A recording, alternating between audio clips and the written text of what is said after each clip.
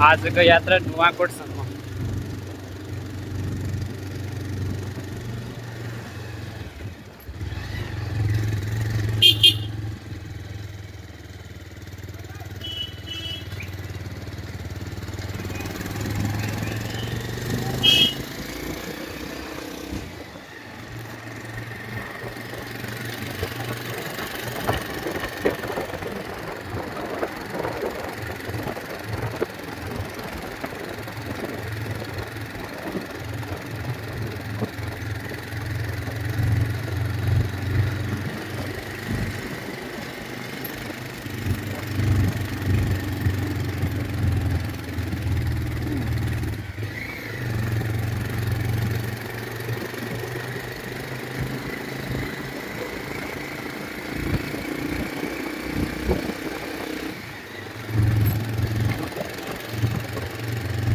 पानीवाला जस्तो भइहाल्यो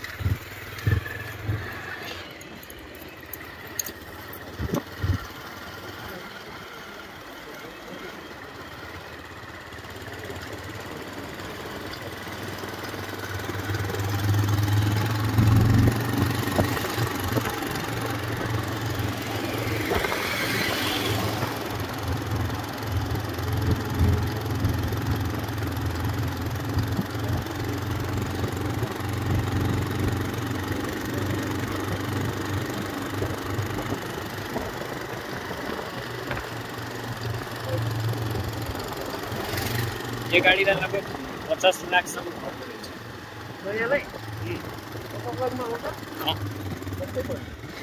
D-Max V-Crossलाई चाहिँ 80 लाखभन्दा माथि पर्दो रहेछ। V-Cross यसकै कम्पनी एउटै हो, मोडलकै। त्यो हाम्रो ज्वाइँले किन्नु भएको यही त हो, 45 लाख पर्यो अरे। दिदीको लक्ष्मी दिदी जेठा थियो उहाँले किन्नु भएको छ। उहाँ किन्नु भएको छ नि, त्यो पुरानो भ्यान थियो नि, त्यो बेचेर किन्नु भएको। यही D-Max यही ट्रक होइन, यो के अहिले गयो नि एउटा ट्रक नै यो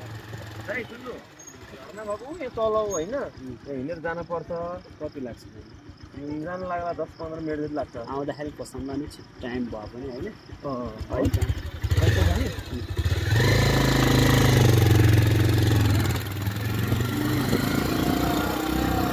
गाडी चाहिँ किन्नु भन्नुभएको?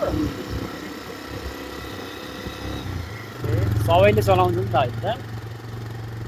सबैले चलाउन, चन्द्रले पनि चलाउन जान्छ। चन्द्रले चलाउने, विजयले चलाउने, अलि पछि डल्लुले चलाउने, ऊ पनि स्कुटी चलाउन सिकिसकेछ।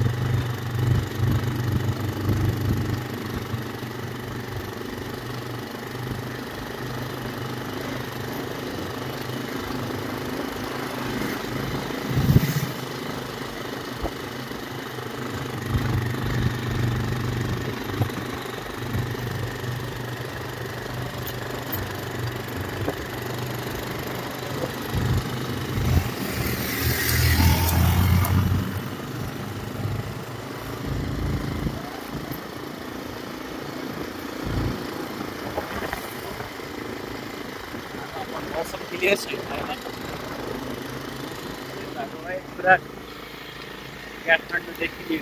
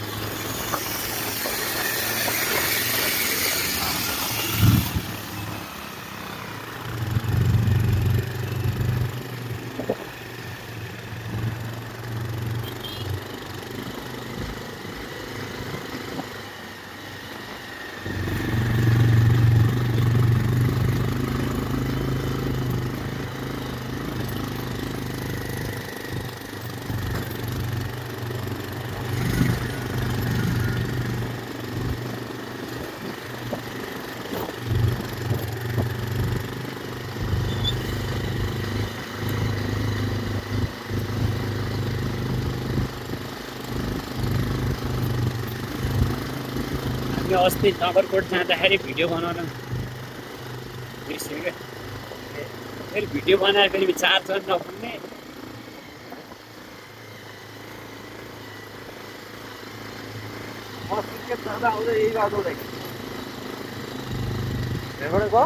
यहाँबाट कहाँ जाने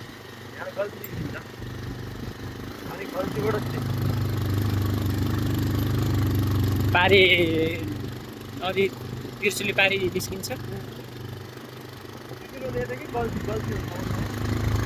मैले पारी जाने कि वारी पारी नै हो त्यो भएको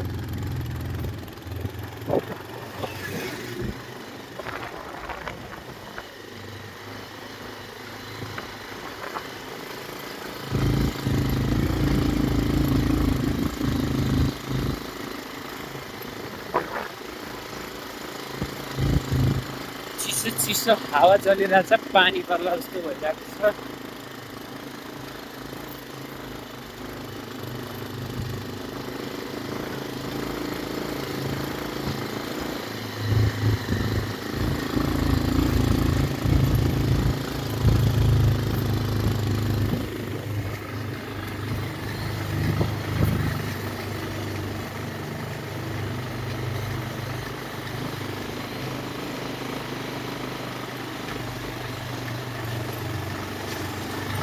राइट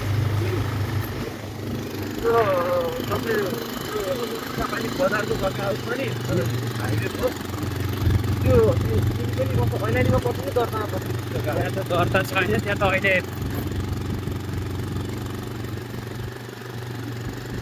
60-65 लाख रुपियाँ कटिसक्यो दर्ता हो कि ऐलानी दर्ता त्यहाँ पूजावाला सबै मैले त बाटोभन्दा माथिको पूजा होइन तलको हो भने भयो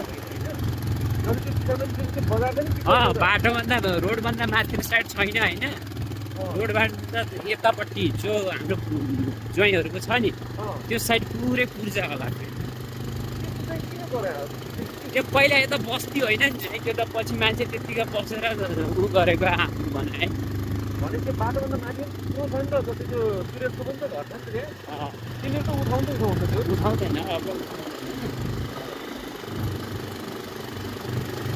अब रोडबाट 25 मिटर छोडेर बनाएको छ नि घर उठाउने कुरै भनेपछि चाहिँ के भन्छ अरे पूजा चाहिँ बाँड्छ होला पछि तर तिनी पनि जग्गा त बन्द भइसक्यो होला है 60-65 लाख जस्तै बाटोभन्दा माथिको र त्रिवेणीको र कलजुरकोमा एउटै मूल्य हो कि फरक छ अब त्यो मूल्य त मलाई पनि ठ्याक्कै थाहा छैन होइन तर हाम्रो चाहिँ हरिद्वारको पनि छ त घर त्यहाँ बजार पनि त्यो बाटोमा छ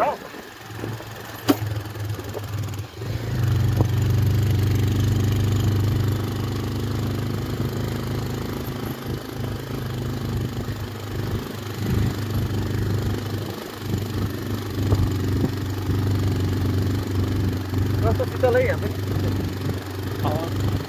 पहाड लागिसक्यो गाडा गाडा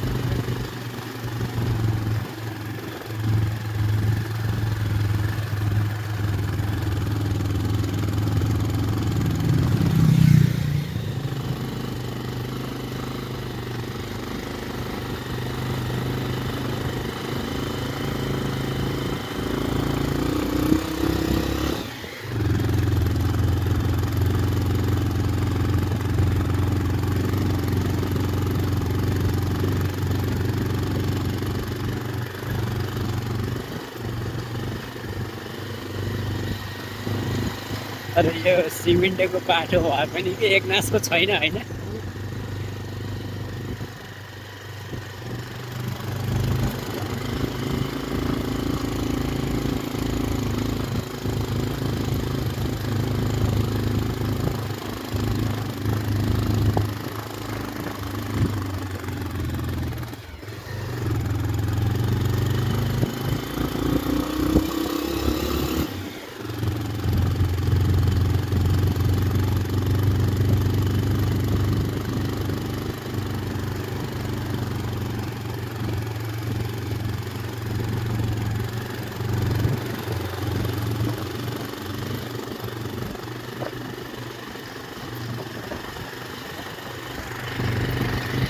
Ah, ini kecil sekali.